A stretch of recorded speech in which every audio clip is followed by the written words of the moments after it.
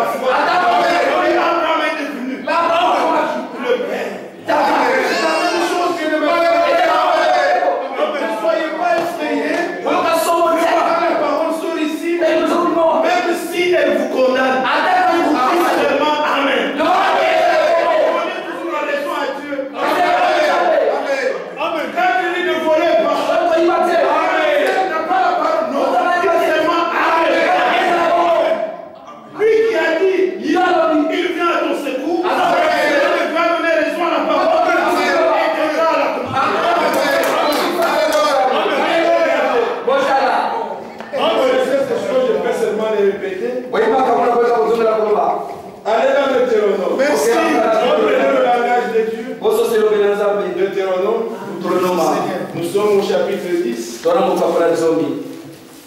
Si vous voulez faire des efforts, faites un peu avec ça. Au verset 16. La Bible dit: vous circoncirez donc votre cœur. Et vous ne retirez plus votre cou. Maintenant, comment tu vas circoncire ton cœur? Quelle méthode? Qu'est-ce que tu vas faire? Reste tranquille. Pour moi seulement. C'est lui qui a dit ici. Mais c'est celui qui va répondre. C'est celui qui va dire encore toujours à ce même peuple. Deutéronome 30, verset 6. L'Éternel ton Dieu circoncira ton cœur et le cœur de ta postérité. Et tu aimeras l'Éternel ton Dieu de ton cœur et de ton âme afin que tu vives. Quand il parle à l'impératif, c'est pour l'oreille exercée.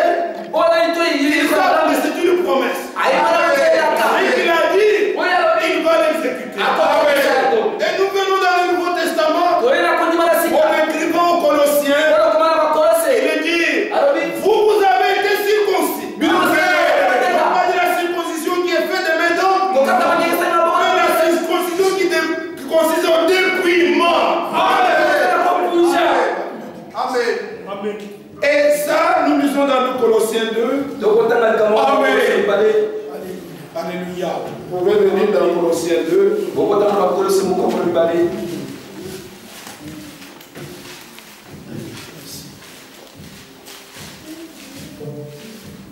Colossiens chapitre 2. Je voudrais juste lire le verset 11. C'est en lui. Vous avez été circoncis. Une circoncision que la main n'a pas faite. Mais de la circoncision de Christ. Qui consiste dans le dépouillement du corps de la chair. C'est lui qui a dit, circoncisez vos cœurs. C'est lui-même qui dit, l'Éternel votre Dieu circoncira vos cœurs. Et il vous révèle qu'en Christ, c'est pourquoi notre souci, c'est que Christ soit en vous. Car en lui, vous avez été circoncis, pas de la circoncision qui est faite de main d'homme, mais la véritable circoncision du cœur qui consiste dans le dépouillement. Alléluia. Regardez. Dans Jérémie. Nous pouvons lire dans Jérémie encore. C'est le langage auquel vous êtes habitués. Vous qui aimez le Seigneur. Nous prenons Ézéchiel au chapitre 18. Regardez comment votre Dieu parle. Au verset 31. Rejetez loin de vous toutes les transgressions par lesquelles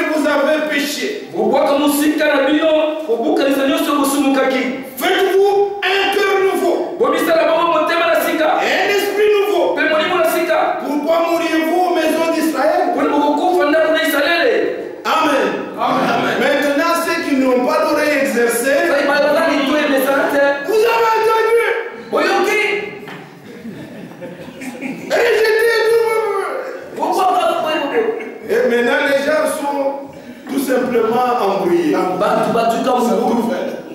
Je vous dis une chose bien aimée. Ça s'est passé en Afrique. Il y a un papa qui avait eu un enfant. L'enfant est né donc avec des déformations sur le corps. Il ne pouvait pas marcher.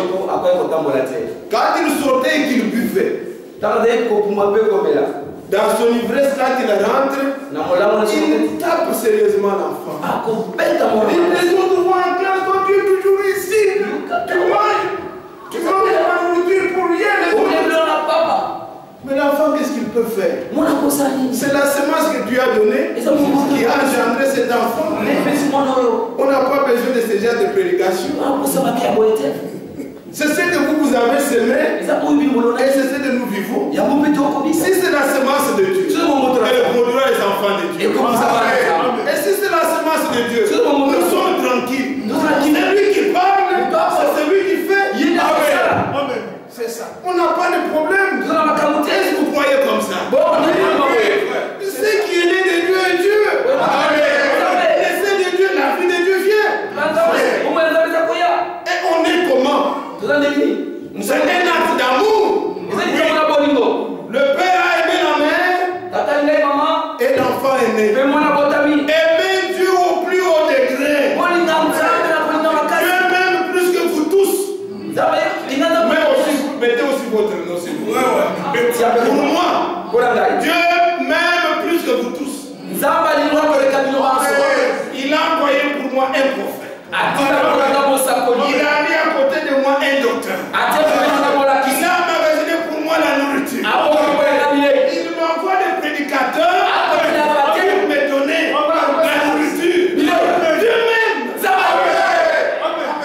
Satan ne vous dit pas Dieu ne vous aime pas. Commencez d'abord par croire l'amour de Dieu pour vous. Amen. C'est ça. Alors, bien aimés frères, nous venons de lire ici. La Bible dit, rejetez loin de vous toutes les transgressions par lesquelles vous avez péché. Faites-vous un nouveau cœur et un esprit nouveau. Dans le même livre d'Ézéchiel, vous connaissez la grande promesse d'Ézéchiel 36.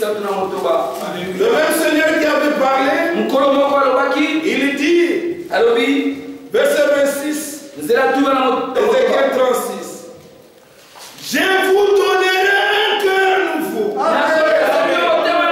mettrai en vous un esprit nouveau. Je ôterai de votre corps le cœur de pierre. Et je me donnerai un cœur de chair. Je mettrai mon esprit en vous. Et je ferai en sorte que vous suiviez mes ordonnances et vous observiez, pratiquiez mes lois. Amen. Le même Seigneur qui a parlé, il dit que je le ferai. Dieu ne ment point. Dieu n'est pas un politicien. Il ne cherche pas les votes. Dieu dit ce qu'il fait. Ce qu'il pense, il le dit. Et ce qu'il dit, il accomplit. Maintenant, Dieu l'a accompli pour nous. Quiconque croit en Jésus-Christ, il obtient une régénération, un changement dans son cœur. Le cœur dur de pierre et hauteur, Dieu lui donne un cœur de chair. Dieu écrit, il écrit ses lois dans le cœur. Et il fait que vous puissiez garder et observer ses commandements. Vous savez, dans cette alliance, Dieu disait à Israël, et l'alliance que je ferai là, je veux vous lier. Oui, par les liens de l'alliance. Quand tu voudras même faire tout ce que tu t'imagines, ça ne t'arrivera plus. Vous connaissez cette écriture? Bon, je lis avec vous. Comme on est dans Ézéchiel, au chapitre 20. Ézéchiel 20. Regardez comment vous écrivez. On va tout droit au verset 32. On ne peut pas trop lire. Verset 32. Il dit, on nous verra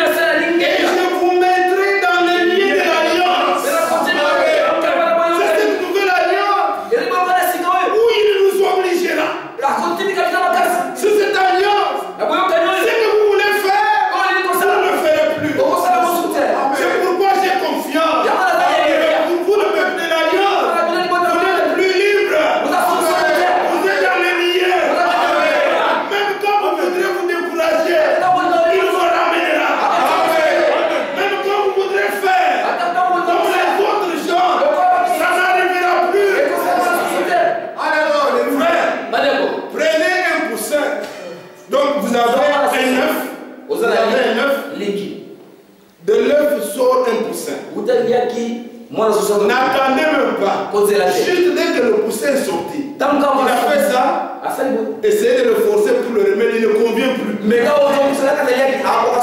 vient de sortir de l'œuf. Vous voulez le remettre, il ne convient plus. Ce sont nouvelles, c'est fini. Frère, né en Christ,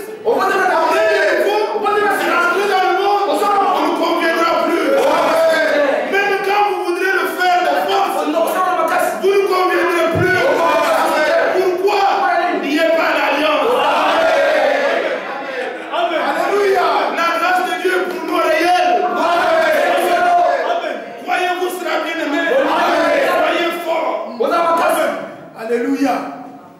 De quoi s'agit-il? Nous parlons que nous avons reçu le message. Mais en quoi consiste le message? Marie avait reçu un message. Le message à Marie consistait de lui dire que Marie, à toi, la grâce a été faite. On la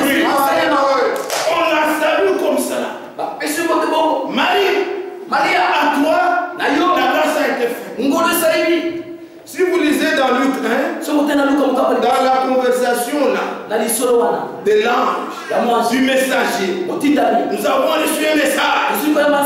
Mais à Marie, c'était dit quoi? Tu as trouvé grâce? Marie peut nous discuter? On a un peu là. Oui. Regardez comment. Dans Luc chapitre 1. Regardez comment l'ange a parlé à Marie.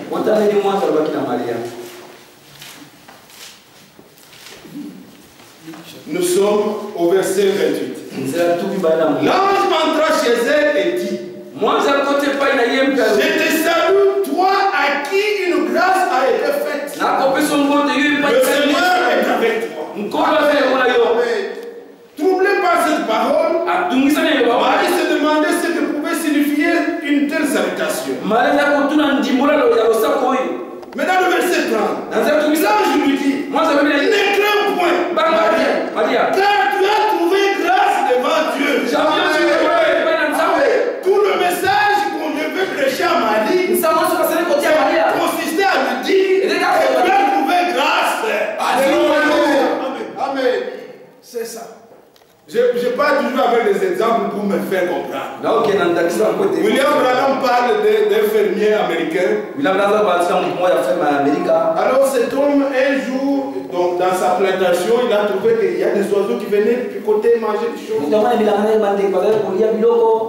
Un jour, il a attrapé un des oiseaux là-bas. Il s'est dit: toi, je ne te tue pas. Je vais te faire souffrir. Il a attaché l'oiseau à un arbre. Il l'a lié, il l'a attaché à un arbre. Il est parti. Là, l'oiseau tournait autour de l'arbre. Quand il voulait partir, ça lui faisait mal puisqu'il est resté longtemps lié. Il y avait un homme qui passait. Comme vous aussi, nous étions attachés. Nous étions liés. Un homme est venu. Il a pris un corps de chair. Et il est venu. Il nous a déliés. Cet homme-là est venu, il a coupé. Il a coupé le lien. Il dit: oh, pauvre oiseau, pourquoi il souffre comme ça? Il a coupé. Et il est passé. Mais ce qui manquait maintenant, c'était que l'oiseau prenne la révélation. Que je suis libre. Je peux m'envoler. Ou qu'il y ait un prédicateur de oiseaux pour prêcher à l'oiseau que tu es libre. Il a trouvé grâce. Un homme est venu. Il a coupé le lien. Tu fais partie. L'oiseau ne croyait plus. Il ne faisait que tourner. Il savait que 6 jours encore, les liens vont me faire mal. Le lendemain, le fermier l'a trouvé toujours là-bas. Frère, Christ a accompli. Il nous a libérés. Notre prédication consiste à vous dire que vous êtes libres. Recevez la grâce de Dieu. Le pardon, la libération, dans lequel vous n'êtes lié à rien. Un enfant de Dieu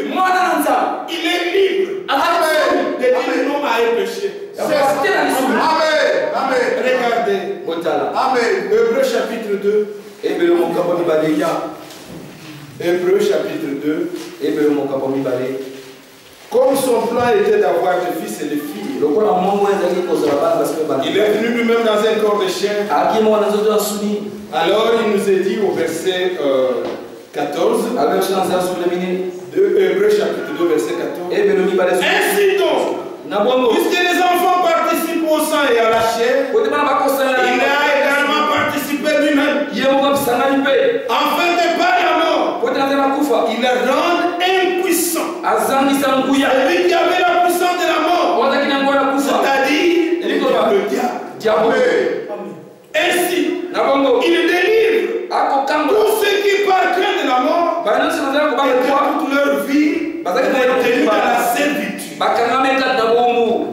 Christ par la croix, il a rendu impuissant. Amen. Celui qui avait la puissance de la mort, c'est-à-dire le diable. Et vous savez, la force de la mort, c'est le péché. Et vous savez, la force du péché, c'est la loi. Croyez-vous comme ça? Oui. C'est ce que dit la Bible. Donc quand il a détruit la force de la mort, c'est-à-dire le péché aussi anéanti, il a mis fin à la loi. Tout cela il a réglé. Aujourd'hui, la chair par laquelle, puisque c'est là que nous trouvons beaucoup nous donnons beaucoup de faveurs, de gloire à la chair.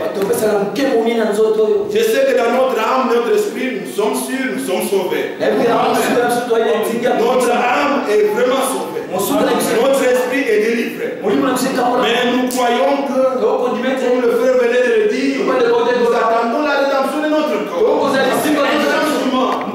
corps n'héritera pas. Ce corps, on peut tout faire. Nous ne sommes pas différents avec tout le monde. Ce corps a les mêmes désirs que tout le monde. Mais seulement, le corps ne peut pas nous compter. C'est nous qui dominons la chair. Maintenant, dans ce corps, Christ est venu. Dans un corps semblable à nous. Et lui n'a pas péché. Par sa mort, il a réduit impuissant la chair. Romains chapitre 8. Regardez ce que dit la Bible à ce sujet. Ces petites exhortations pour fortifier notre foi. Regardez dans Romains chapitre 6. Au verset 6 aussi. Pour vous qui avez été baptisés en lui, sachant que votre vieil homme a été crucifié avec lui, afin que le corps du péché soit réduit à l'impuissance, et que nous soyons plus esclaves du péché. Il est là, mais il est impuissant. Un enfant de Dieu est celui qui peut dire non à la chair. Amen. Si vous le voyez, nous connaissons comment les gens sont dans le monde. Ils connaissent parfois certaines vérités, mais ils sont incapables de pouvoir les appliquer. Vous pouvez trouver par exemple un fumeur, vous lui montrez cet écrit sur la couverture. Et ça donne les nicotines donnent les cancers. Il dit je sais. Mais il retarde 2 jours. Il revient encore. Il est incapable. Il n'a pas la force. Mais vous, un enfant de Dieu, vous pouvez prendre ça, vous croyez, vous jetez dans la poubelle. Ça ne vous dit rien. Pourquoi? Puisque vous avez vaincu. Vous êtes fort. La chair ne peut pas vous dominer. Puisque vous croyez que Christ a vaincu et il a réduit à l'impuissance. Avec la mort, le corps du péché, c'est sous nos pieds. Vous pouvez dominer cela. Frère, je sais ce que nous ressentons. Je sais ce qui nous tourmente. Mais la grâce de Dieu est réelle. Amen. Alléluia. Bien aimé frère. frères. Très souvent, quand on touche à des points comme cela, il y a parfois comme une tristesse dans l'église. Où les gens pensent que et on va parler maintenant il veut prêcher la loi. Non, comprenez. Il y a les commandements et il y a la loi. Si vous lisez le message de Frère Rouana, la semence du serpent, vers la page 40 en français, il dit que regardez comment était l'arche. L'arche était comme ça. Dans l'arche, il y avait les commandements. Et à côté des commandements, il y avait la loi qui s'appliquait aux commandements. C'est quoi? Quand vous passez sur la route, le commandement, c'est qu'il ne faut pas passer le feu rouge. Ça, c'est le commandement. Et le commandement de même. Dans l'Ancien Testament, tu ne voleras pas. Même aujourd'hui, nous disons tu ne voleras pas. Mais maintenant, la loi qui s'applique au commandement dit c'est lui qui passe le feu rouge. Il a une amende de 500. Ça, voilà, on nous interrompt.